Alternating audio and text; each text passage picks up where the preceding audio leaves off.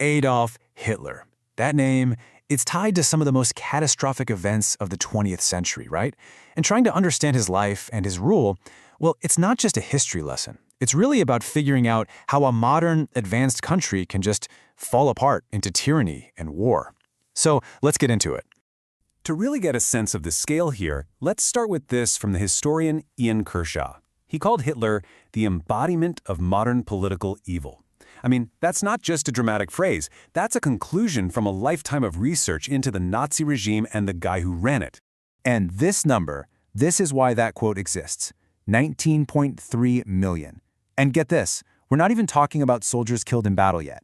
This is the number of civilians and prisoners of war deliberately killed by the Nazi regime. It's a staggering figure that really puts everything else we're about to talk about into perspective. So how did a person like this even come to power? You know, his story doesn't start in some grand political hall. It starts in total obscurity, really. A life full of failure and contradictions, until a war came along and gave him a new sense of purpose. And this slide just says it all, doesn't it? On one side, you have his dream, to be a great artist in Vienna. He even applied to the Academy of Fine Arts and was rejected, twice. Then on the other side, you see who he became in World War I, a soldier, a dispatch runner, who was even decorated with the Iron Cross for bravery. You can see how the war basically forged a whole new identity for him. After the war, this really powerful and paranoid idea started to spread. It's called the Dolchstoß Legenda, or the stab-in-the-back myth. The idea was that the German army was never actually defeated on the battlefield. No, they were betrayed by politicians, by Marxists, and by Jews back home. This lie became a core part of Hitler's message. It was like a poison he could pour into the wounds of a defeated nation. And that myth, it became an incredibly powerful weapon for his political climb. I mean, post-war Germany, the Weimar Republic, it was a total mess. The economy was in shambles, the government was unstable. It was basically the perfect storm for an extremist movement to rise up and promise a solution.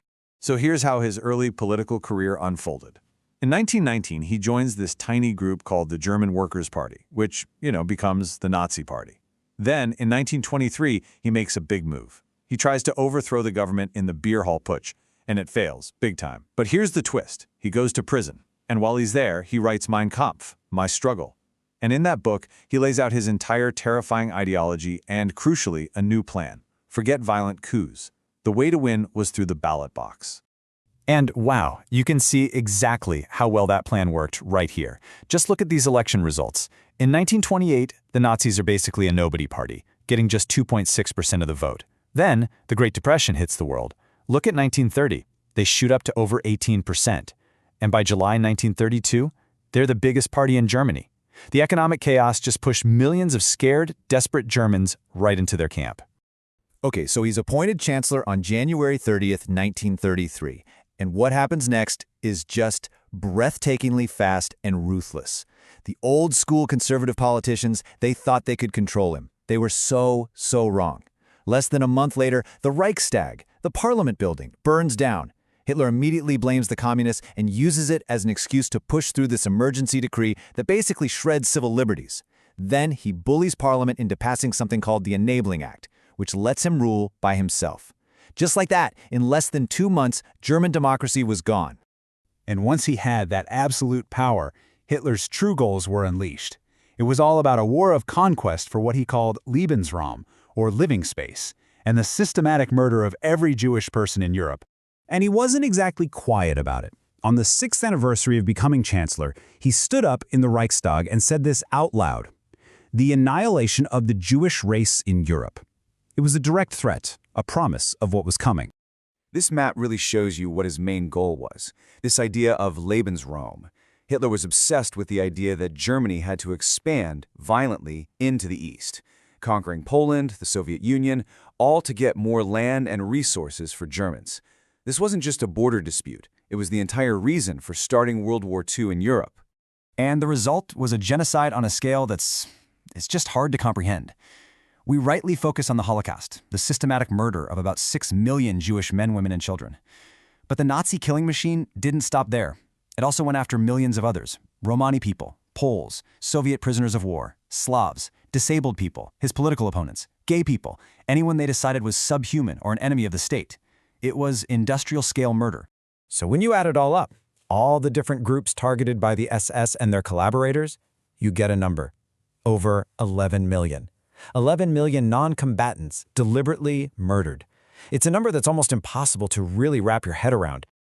And remember, that's separate from the war itself. The war that Hitler started by invading Poland, well, it ended up killing nearly 29 million people in Europe alone, soldiers and civilians.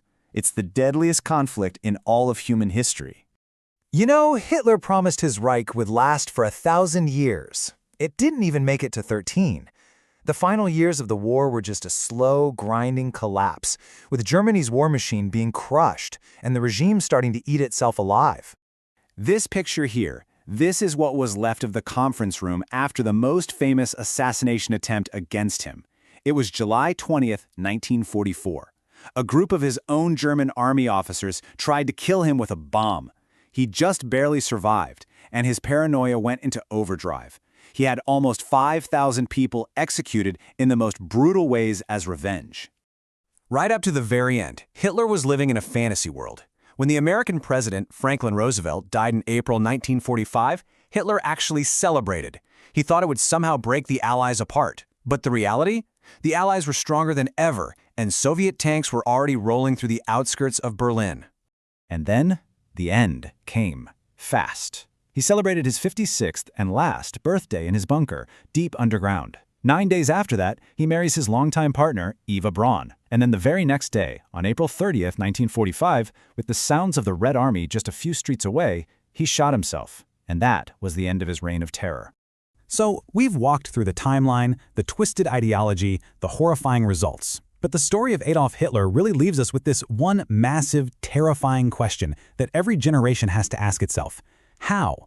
How do the institutions of a modern, educated, civilized nation just fail? How do they collapse so completely that they allow someone like this to take control and lead them into total ruin?